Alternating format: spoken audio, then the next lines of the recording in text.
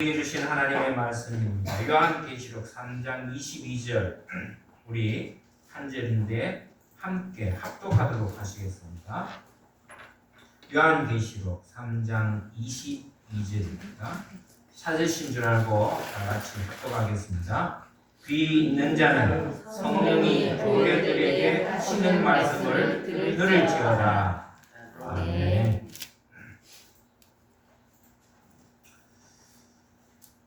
우리는 지난주까지 요한계시록을 통해서 예수님께서 소아시아 지역에 있는 7교회를 들어서 각 교회마다 예수님께서 주신 말씀을 우리가 살펴보았죠.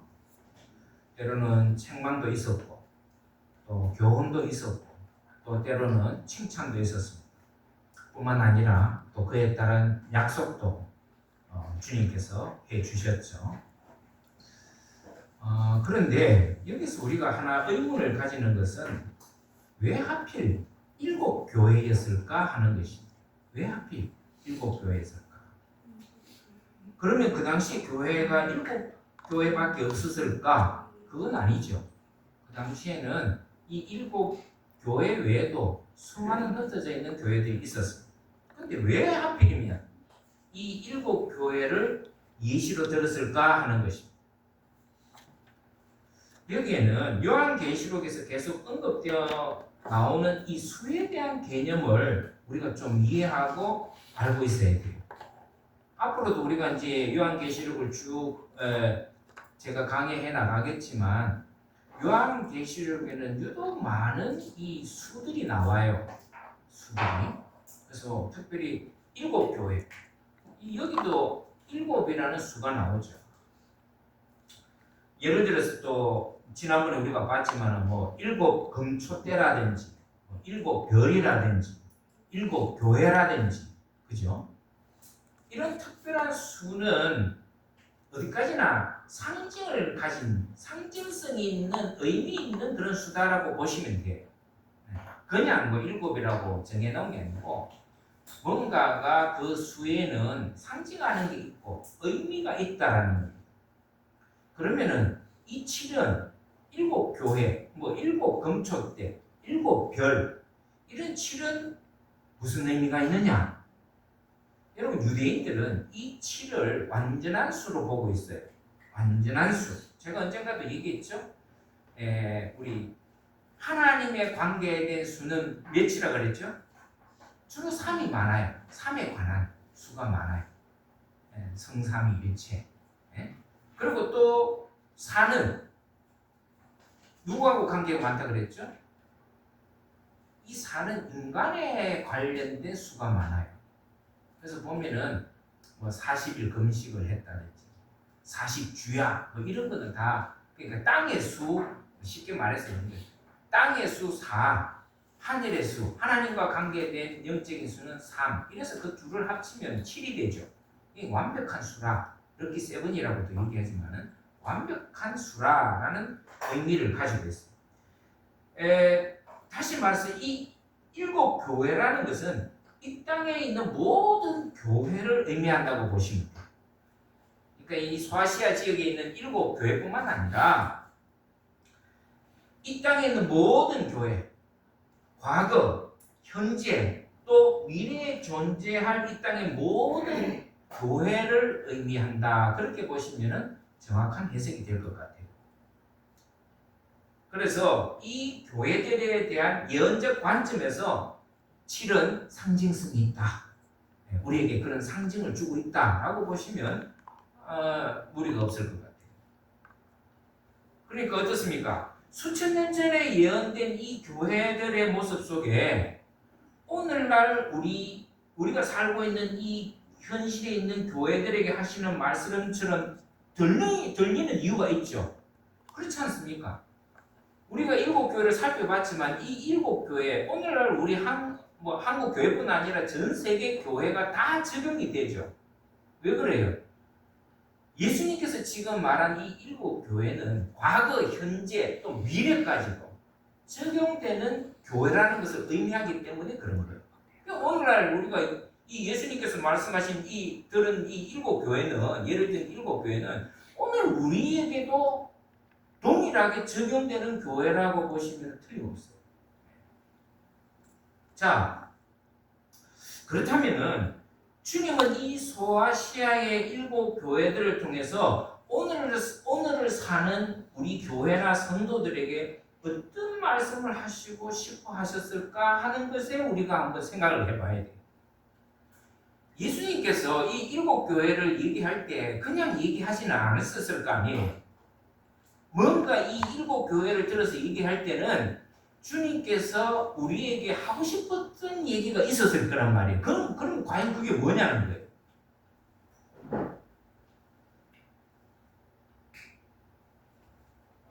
그것은 무엇보다도 교회와 성도는 어떠해야 하며, 잘 들으시길 바랍니다. 예수님께서 이 7 교회를 들어서 말씀하신 이유는 우리 교회와 성도는 어떠해야 되는가, 어떻게 신앙생활을 해야 되고 어떻게 하나님을 믿어야 되는가 하는 그런 삶을 살아야 되는, 신앙인으로서 삶을 살아야 어떻게 살아야 하는지에 대한 말씀이셨다라는 겁니다. 이해가 되시죠? 그러면 그게 뭡니까? 그러면 그게 과연 뭘까요? 예수님께서 이 7 교회를 들어서 말씀하셨을 때 그 말씀에 우리에게 주시는 교훈적인 말씀이 뭘까요? 첫 번째는 교회는, 또 성도는 칭찬받는 교회, 칭찬받는 성도가 되어야 된다. 누구로부터? 주님으로부터. 세상 사람들로부터. 여러분, 우리 교회나 성도는 하나님으로부터 먼저 칭찬받는 교회가 되고 성도가 되도록 노력해야 돼요. 여러분, 우리가 사도행전을 봐왔듯이 초대교회는 주변으로부터 칭송을 받았다 그렇게 나오죠. 여러분, 사도행전 2장에 보세요. 2장에 보면은 그 초대교회가 어땠는가 하는 모습이 나와요. 그때 많은 사람들이 그 예루살렘에 있는 초대교회를 칭송했어요. 칭찬했단 말이에요. 이것은 다른 말로 하면은 그 칭송은 누구에게 영광이 돼요? 하나님께 영광이 되는 거죠. 하나님께. 왜 우리가 세상 사람들에게 칭찬받아야 됩니까? 그 칭찬으로 인해서 하나님께 영광이 되기 때문에 그런 거예요. 그래서 여러분, 우리가 신앙생활을 할 때 사람들에게 욕을 먹으면 안 돼요. 칭찬을 받아야 돼요. 그래서 사도행전 2장에 보면은 초대교회가 칭찬을 받았을 때 하나님께 영광이 돌아갔고 하나님을 더 존경하고 두렵게 만들었어요. 여러분, 우리가 칭찬받을 때 모든 사람들이 하나님께 영광을 돌리고 하나님을 두렵게 생각해야 돼요. 생각하게 만들어야 돼요. 이 두렵다라는 것은 그냥 단순히 막 겁나게 한다는 뜻이 아니에요. 두렵게 한다는 것은 존경한다. 여러분, 우리가 많은 사람들이 하나님을 따르고 존경하고 영광을 돌리게 만들어야지 우습게 여기면 안 된다는 거예요. 우습게 하나님을 우습게 여기게 만들어서는 절대로 안 되는 거예요. 그건 뭘 의미합니까? 하나님을 망령되게 일컫는 죄에 해당되기 때문에.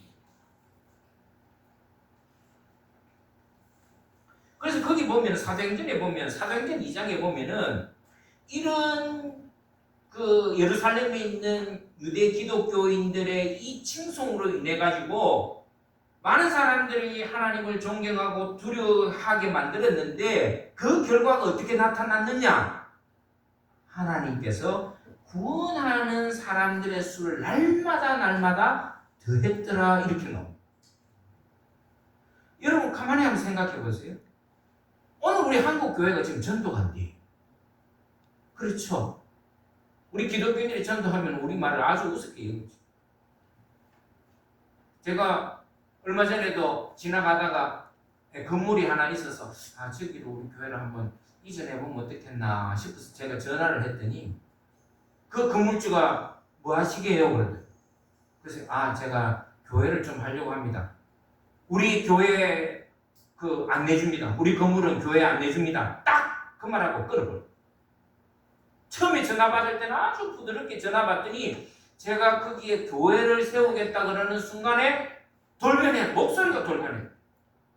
제가 그 소리를 듣고 얼마나 마음이 아팠는지 몰라요. 어찌다가 우리 한국 교회가 이 지경이 돼? 탄식이 저절로 나왔었어. 그 이유가 뭐예요? 우리가 칭찬받지 못했다는 거예요, 이 세상에서. 세상 사람들이 우리 교회를, 우리 성도들을 칭찬하고 존경하면요, 하나님께 영광이 되고, 그렇게 되면 어떻습니까? 아이고, 빨리 교회 오시라고. 응? 다른 데 내주는 것보다 우리 교회 내주는 게 더 좋다고. 그렇게 나와야 되지. 우리는 교회 안 됩니다. 이런 치하에 그냥 거절해버려요. 제가 얼마나 부끄러웠는지 몰라요. 여러분, 적어도 우리 두란노 교회와 우리 두란노 교회 성도들은 이 지역에서 칭찬받는 교회, 칭찬받는 성도들이 다 되기를 주 이름으로 축원합니다. 그게 하나님께 영광 돌리는 일이에요. 다른 게 아니에요. 하나님께 영광 돌리는 일은 다른 거 아니에요. 우리가 칭찬받을 때 하나님께서 영광 받으시는 거예요.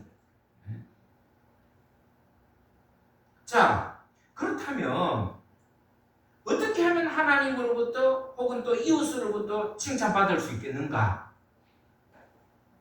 잘하면 되죠. 잘하면 돼요. 그런데 우리가 생각해 볼 것은, 여러분, 이 사람들이 또 혹은 하나님께서 칭찬할 때 어떨 때 칭찬하십니까? 여러분들 자녀들을 칭찬하셨죠? 이 자녀들을 키우면 칭찬할 일들이 있죠. 언제 칭찬합니까? 자녀들이 옳은 일을 할 때 칭찬하잖아요. 자녀들이 옳은 일을 할 때. 똑같아요. 우리가 하나님으로부터 혹은 이웃으로부터 칭찬받을 수 있는 거 딴 거 없어요.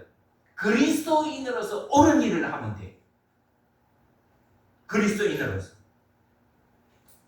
옳은 일이 뭡니까? 우리 그리스도인들에게서 옳은 일이 뭐예요? 착한 일이기도 하겠지만은 좀 더 구체적으로 얘기하면은 우리 그리스도인에게 있어서 옳은 일은 말씀대로 사는 거예요. 하나님 말씀대로. 아시겠습니까? 우리가 왜 세상 사람들한테 욕 먹습니까? 하나님 말씀대로 안 사니까 그런 거예요. 안 사니까. 다른 이유가 있겠어요? 우리 믿는 자들의 가장 옳은 일은 하나님 말씀대로 사는 것이 가장 옳은 일이에요. 내가 좋아서 하는 일이 아닙니다. 먼저 하나님이 좋아하시고 기뻐하시는 일을 하면 하나님으로부터 혹은 이웃으로부터 칭송받는 거 당연한 거예요. 근데 그런 일이 다 성경에 기록되어 있잖아요. 이렇게 살으라고. 하나님 말씀이 기록되어 있잖아요. 그래서 우리가 하나님 말씀을 늘 우리 곁에 두어야 한다는 이유가 바로 여기 있는 거예요. 우리가 왜 하나님 말씀을 말씀대로 살아야 된다고 얘기합니까? 하나님의 말씀대로 살면 하나님으로부터 또 세상으로부터 칭송받기 때문에, 칭찬받기 때문이에요. 그래서 우리가 늘 말씀과 더불어서 살아야 되고 말씀을 가까이 둬야 되고 하는 이유가 바로 거기 있는 거예요. 그래서 이스라엘 사람들은요, 늘 자기 옷에도 옷술에도 하나님 말씀을 잊혀갖고 꿰매고 다녀요. 그리고 여러분 이스라엘 보면은 유대인들 검은 복장에 뭐 모자 쓰고 여기 모자 위에다가 이마에다가 이 조그마한 과기 이렇게 되어 있어요. 그럼 다 하나님 말씀이 들어가 있는 거예요. 왜? 그렇게 해서라도 하나님의 말씀을 가까이 하고 싶다라는 거예요. 그게 형식적이 돼서는 안 되겠지만은 그건 우리가 본받을 볼 필요가 있어요. 그 상징하는 것은. 왜? 하나님 말씀을 어떻게든 내가 가까이 해야 돼. 여러분 말씀대로 사는 거 쉽지 않은 거 알아요. 그죠? 말씀대로 사는 게 쉽겠어요? 그건 저도 알아요. 그러나 여러분 우리가 하나님을 믿는 성도라면은 말씀대로 살도록 힘쓰고 애쓰고 몸부림쳐야 돼요. 아시겠습니까? 아 이거 우리 하나님 말씀대로 사는 게 너무 어렵습니다. 포기하는 것이 아니라 그럼에도 불구하고 우리가 그 하나님 말씀대로 어떻게든 살려고 애쓰고 힘쓰고 몸부림치는 것이 있어야 된다는 거예요. 이걸 다른 말로 뭐라 그러느냐? 영적 전쟁이라고. 여러분 영적 전쟁이 다른 게 아니에요. 내가 하나님 말씀을 붙잡고 어떻게든 이 하나님 말씀대로 살아보려고 몸부림치고 애쓰는 게 영적 전쟁이에요. 내가 하나님 말씀대로 사는 건 누가 가장 싫어합니까? 마귀들이 싫어하죠. 사탄 마귀가 싫어하잖아요. 아니 성경책 좀 읽어보려고 그러면 뭐 잠이 오고 전화 오고 그러다가 아이고 뭐 다음에 하지. 그게 여러분 사탄이 우리에게 요구하는 거예요. 말씀 가까이 하지 말라는 거예요. 여러분 세상에 쉬운 전쟁기는 없어요. 지금도 뭐 여러 나라가 지금 전쟁하고 있는데 여러분 보시면 알겠지만 전쟁이 쉬워요? 장난 아니에요. 목숨을 거는 거예요. 목숨을 거는 거예요. 전쟁에는 목숨을 걸어야 돼요. 목숨이 왔다 갔다 해요. 거기에는요 고난이 따르고요 피 흘림이요 필연적으로 따릅니다. 여러분 우리가 지금 전쟁을 보면서 수많은 사람이 죽어가잖아요. 지금 마찬가지예요. 여러분 우리가 영적 전쟁에도 피 흘릴 각오로 영적 전쟁에 임해야 돼요. 근데 우리는 어떻습니까? 너무 편안하죠. 이건 전쟁이라고 말할 수 없죠. 여러분 지금 신앙생활 하는 게 여러분 영적 전쟁으로 사십니까? 안 살고 있잖아요.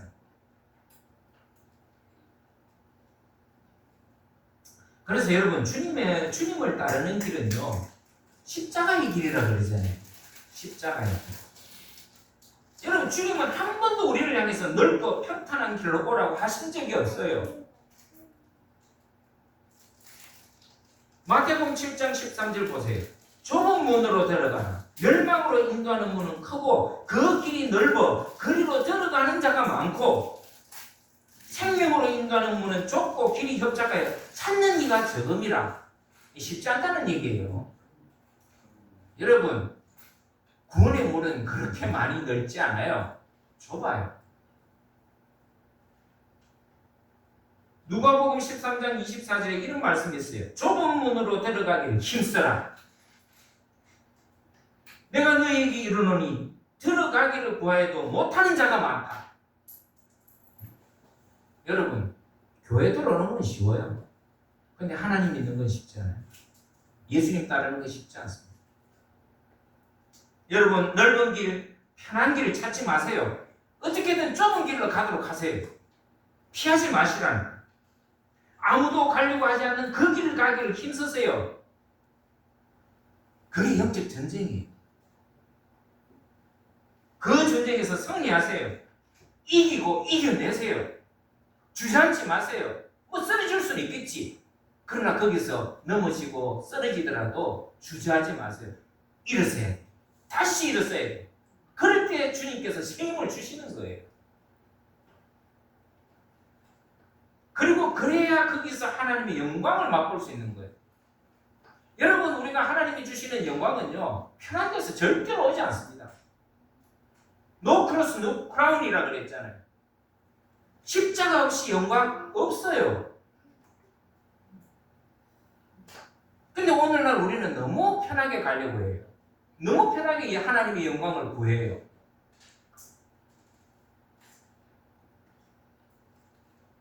하나님 말씀으로 살 것인가? 내 뜻과 세상의 뜻으로 살 것인가? 매번 이 영적 전쟁을 싸워야 돼요. 그렇기 때문에 영적 무장을 단단히 하고 살아야 되는 거예요. 그 영적 무장이 뭡니까? 날마다 말씀 안에서 깨어 기도하는 삶 아니겠어요? 네? 책망받는 교회의 특징은 뭐예요? 말씀대로 안 살았다는 거예요. 그래서 책망받은 거지. 말씀하고 거리가 멀게 사니까 늘 조그만 일에도 넘어지고 아파하고 인내하지 못하고 원망하고 시험에 든다 그러고. 여러분 말씀 안에 든든히 서 있는 사람은요 어떤 어려움과 환난과 역경과 환난이 오고 시험이 와도 끄떡 없어요. 누나가 깜짝 안 해요. 우리가 그 정도는 돼야지.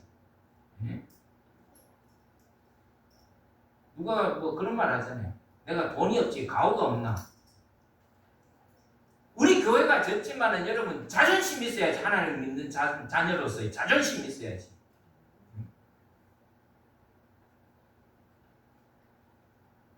여러분 말씀 안에 든든히 서 있는 사람은 이런 그 환난이나 역경이나 시련이 와도요 눈 하나 깜짝하지 않아요. 저도 그런 것 같아요. 요즘 보면 예전에는 처음에는 뭐 조그마한 일이 있으면 막 걱정이 머리 끝까지 왔어요. 밤에 잠도 안 오고. 근데 요즘은 제가 맷집이 좀 생기긴 생기는가 봐. 뭐 일이 있어도 눈 하나 깜짝이 잘 안 되더라고. 걱정도 좀 하고 해야 되는데 그렇게 해야 돼요. 여러분 걱정한다고 문제가 풀려요? 안 풀려요. 차라리 걱정할 시간 있으면 하나님 말씀 한 자 더 읽고 그 말씀이 나에게 뭘 의미하는지 하나님께서 오늘 이 시간에 이 환경에서 나에게 어떤 말씀을 주시는지 그 메시지를 여러분 찾으시라. 기도하고. 여러분들에게 고민 있죠? 고민 없는 사람이 어디 있겠어? 그러나 여러분 고민을 안 할 수는 없지만 고민의 그 노예가 되지는 마세요. 이겨내야지 고민을.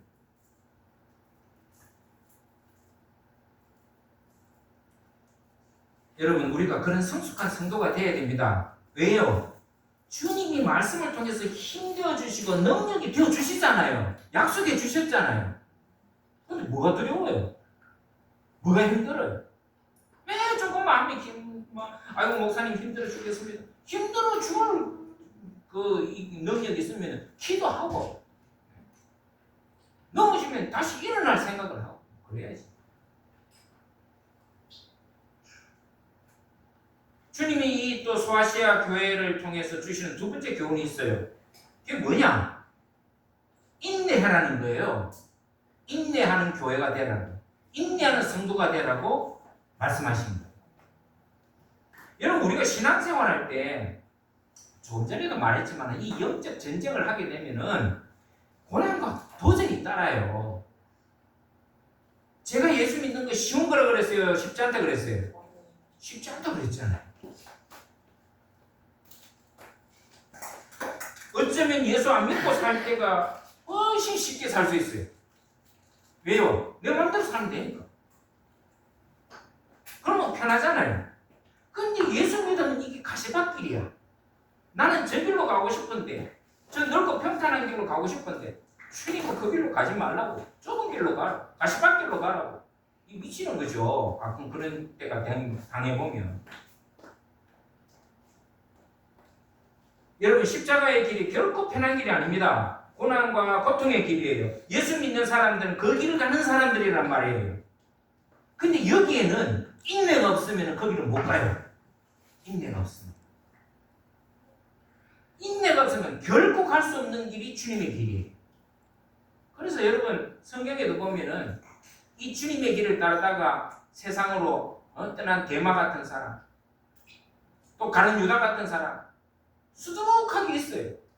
성경에는 다 일일이 안 돼 있지만. 이게 뭐예요? 그만큼 주님의 길이 인내 없으면은 따라가기 어렵다. 저도 주변에 그런 사람 많이 봤어요. 예수 믿는다고 열심히 뭐 다니는데 오래 못 가. 그러나 여러분 그럴 때라도 참고 견뎌내요. 참고 견뎌내요. 디모데전서 6장 11절에 이런 말씀이 있어요. 오직 너 하나님의 사람아 이것들을 피하고 의와 경건과 믿음과 사랑과 인내와 온유를 쫓으며 믿음의 선한 싸움을 싸우라. 영생을 취하라. 이를 위하여 내가 부르심을 입었고 많은 증인 앞에서 선한 증거를 증거하였다. 오늘날 우리가 인내해야 될 것이 무엇이 있습니까? 이 참 보면은 오늘날 우리가 이 신앙생활하는 우리 지금 살고 있는 이 시대는 초대교회보다는 훨씬 편한 시대예요. 그렇잖아요. 누가 여러분들 핍박하는 사람 있어요? 여러분 잡아 죽이겠다고 나서는 사람 있어요? 아무도 없잖아요. 핍박도 없습니다. 반란도 없어요. 그럼 도대체 무엇에 대한 인내가 필요한가? 여러분 무엇에 대한 인내가 필요한지 아세요? 오늘날에는 제가 볼 때는 이게 꼭 필요해요. 뭐냐면은 지루함에 대한 인내예요. 지루함에 대한. 오늘 예수 믿는데 핍박도 없어요. 환난 있어요? 없어요. 뭐 역경 그래도 사실 지금 우리가 당하는 역경은 그렇게 큰 역경이라 말할 수 없잖아요. 예전에 여기 우리 어르신들도 계시지만 저도 어릴 때만 해도요. 의식주 문제 때문에 우리는 고통받았다. 예? 의식주 문제 때문에. 지금 뭐 원래 뭐 덥다 마다 뭐 중리산이 그러는데 여러분 예전에는 지금은 에어컨이라도 있잖아 집집마다. 그때는 에어컨이 어디 있어요? 겨울에는요. 요즘 여러분 우리나라 난방이 얼마나 잘 되어 있습니까? 근데 겨울에는요. 방 안에 요강단지가 어릴 정도로 그냥 추웠어요. 자고 일어나면은 막 코가 시리고 눈이 시리고.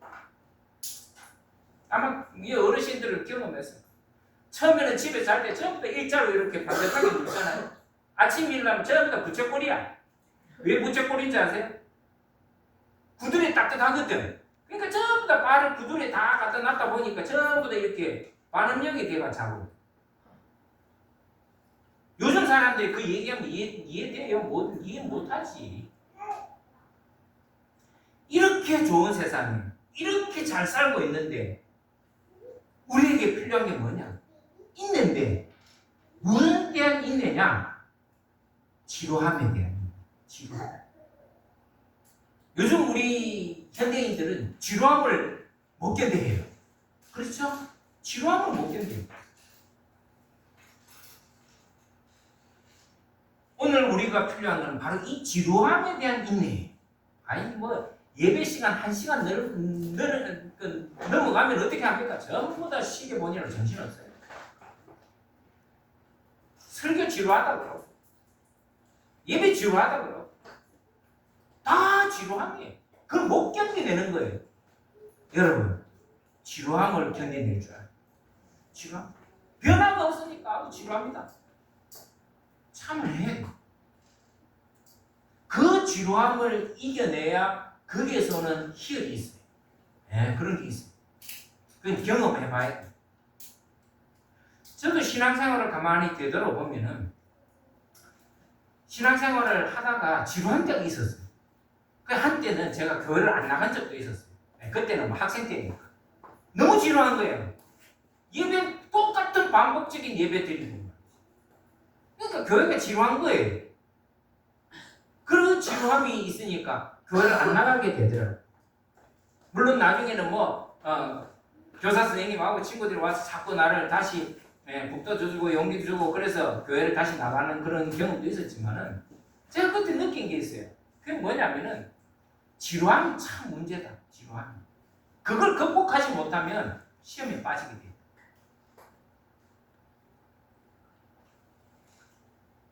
여러분 세상이 유혹하는 달콤함에 대한 또 인내가 필요해요. 지루함도 우리가 인내해야 되지만은 세상이 주는 유혹, 이 달콤함에 대한 인내도 우리가 가지고 있어요. 오늘날 여러분 사탄 마귀는 우리에게 주는 시험이 뭔지 아세요? 무슨 시험을 줄 것 같아요? 예수님은 우리에게 평안함을 주죠. 평안을 줍니다. 평안함. 그리고 그 속에 여유를 주시지만은 사탄 마귀는요 평안이 아니라 편안함을 줘요. 편안한 것. 이 차이예요. 예수님은 우리에게 항상 평안하라고 얘기하세요. 근데 우리는 사탄 마귀는 우리에게 뭘 줘요? 편안함을 추구하라. 편안한 게 좋다고. 편안하라고 우리에게 주는 거. 편안함을 주는 거. 그 속에는 뭐 있어요? 지루함과 조급함이 있어요. 그러니까 오늘날 우리 이게 먹고 사는 문제가 해결되고 편안하니까 사람들이 자꾸 엉뚱한 생각을 하잖아요. 엉뚱한 생각을 해요. 물질적인 달콤함의 유혹을 줍니다. 보기에도 좋아서 먹음직하고 보암직한 이 세상의 유혹들을 우리에게 줘요. 그렇잖아요. 요즘 젊은이들 보세요. 전부 다 게임하고 도박에 빠지고 말이죠. 마약하고. 여러분 우리나라가 지금 마약이 심각한 상황이 있어요. 아니 보세요. 마약이 그렇게 많이 들어오는데도 다 눈 감아줘요. 참 이거 심각한 문제예요. 검찰들도 뭐 국세청에서도 세관에서도 그냥 이런 일이 우리나라에서 이게 버젓이 발생하고 있다. 심각하죠. 왜 그래요? 다 편안하니까. 쓸데없는 생각을 합니다. 여러분 우리가 인내해야 돼. 휘둘리지 않아야 돼. 그런 데서 견뎌내야 돼. 교회나 성도는 이 일에 대해서 인내로서 선한 싸움에서 이겨야 됩니다. 그래야 영생을 취할 수가 있어요. 그리고 마지막으로 주신 교훈이 뭔지 아십니까? 교회나 성도들을 향해서 주님은 이 7 교회에게 요구하시는 게 있어요. 충성하라는 거예요. 하나님께 충성해요. 요즘 계속 보면은 한국 교회를 보면 이 충성도가 떨어져요. 충성심이 사라지고 있어요. 이 심각한 문제. 마태복음 25장 21절에 그 주인이 이르되 잘하였도다 착하고 충성된 종아 내가 작은 일에 충성하였으면 내가 많은 것으로 내게 맡기리니 내 주인의 즐거움에 참여해라. 성도 여러분, 우리는 주님을 위해서 충성하는 성도들이 되어야 됩니다. 큰 일에 충성하려고 하지 마세요. 작은 일부터 먼저 충성하세요. 아무것도 사람들이 생각하지 못하는 부분, 그런 사소한 일에 충성하란 말이에요. 그런 일에 충성하는 사람이 큰 일에도 충성하는 거예요. 나한테 이런 큰 일을 맡기면 내가 하겠다. 그런 사람은 맡겨도 못해요. 내가 이 교회를 섬기면서 내가 충성할 일이 뭔가, 내가 정말 주님을 위해서 기쁘게 할 일이 뭔가를 찾아보세요. 사소한 거라도 찾았어요. 정 안 되면 그냥 주방에서 설거지 하는 것도 막 열심히 하죠. 여러분, 제가 이 충성하라고 그런다고 해서 오해하지 마시길 바랍니다. 이 김 목사에게 충성하는 말이 아니에요. 예? 이 김 목사에게 충성 안 해도 돼요. 주님의 말씀에 충성하라는 거예요. 그런데 오늘날 많은 교회와 성도들은요, 보이는 사람에게 충성은 잘해요. 응? 보이는 사람에게 충성 잘해요. 근데 보이지 않는 하나님에 대해서 충성하려고 하는 사람은 찾아보기 어려워요. 그래서 교회도 보면요, 이런 사람이 참 많아요. 뭔가 자기가 일을 해서 뭐 이렇게 해야 빛이 나고 그러니까 번쩍하고 알아주고 이런 일은 충성하려고 막 덤벼요. 근데 그런 빛도 없고 아무런 그게 없는 데는 충성하려고 하지 않아요. 요즘 교회마다 뭐 우리 교회는 좀 환경이 달라서 그렇지 요즘 교회마다요 교회학교 교사 구하기가 하늘의 별 따기. 요즘 교사 안 하려고 그래요. 교회학교 교사 안 하려고 그래요. 제일 인기가 좋은 데가 어딘지 아세요? 찬양대, 성가대 이런 데. 왜? 맨날 예배 시간만 탁 되면 옷 가운 딱 입고 목사님 옆에서 찬양 쫙 하고 그러니까 사람들이 다 쳐다보고 다 주목하잖아요. 그런 일에는 그냥 막 사람들이 줄을 서는데 아무도 사람들이 보지 않는 외면하는 이런 곳에는 충성하려는 사람이 없다는 거예요.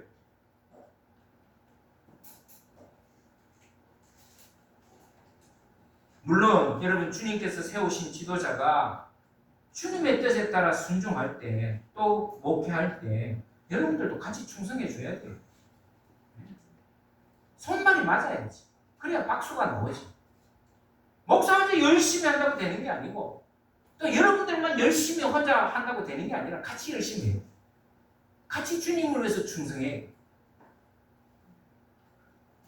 어떻게 하면은 목사님하고 같이 주님이 기뻐하시는 일, 그런 일에 같이 좀 충성할까? 그런 생각 한번 해보셨어요? 교회 어떤 문제가 생기면은 목사님도 그것 때문에 고민하고 계실 때 같이 한번 해보겠다. 같이 좀 목사님을 도와줘야 돼. 여러분 한번 그런 생각을 해보신 적 있나요? 여러분 목사 혼자 충성하게 하면 안 돼. 아시겠습니까? 목사 혼자 충성하게 하면 안 돼요. 여러분들도 같이 충성해 줘야 돼요. 무슨 일에 대해서? 교회 일이나 하나님의 일에 대해서.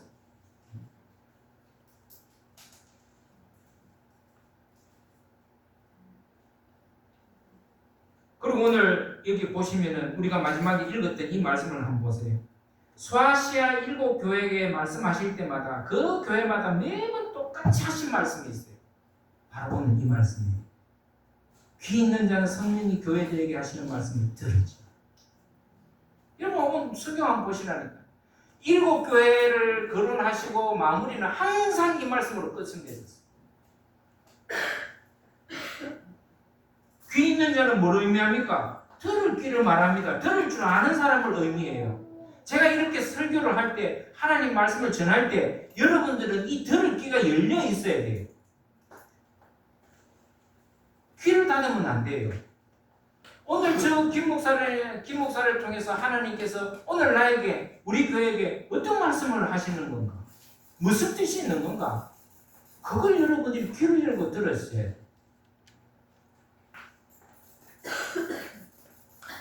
듣는다는 것은 말귀를 알아듣고 행동한다는 뜻이에요. 아시겠습니까? 여러분 행동하는 성도들이 되세요. 제가 늘 주장하는 게 그거잖아요. 행동하는 교회들, 말씀에 따라 움직이는 교회, 행동하는 교회, 실천하는 교회, 그런 성도가 될 때 거기서 하나님의 영광이 나타나고 거기서 힘이 생기는 거죠. 저는 우리 두란노교회 모든 성도들이 이 하나님의 말씀을 들을 줄 아는 듣는 귀를 가진 성도, 그 말씀을 들을 때 행동하는 성도가 되셔서 주님이 칭찬받는 그런 성도 두란노교회 되기를 주의 이름으로 축원합니다. 기도하겠습니다.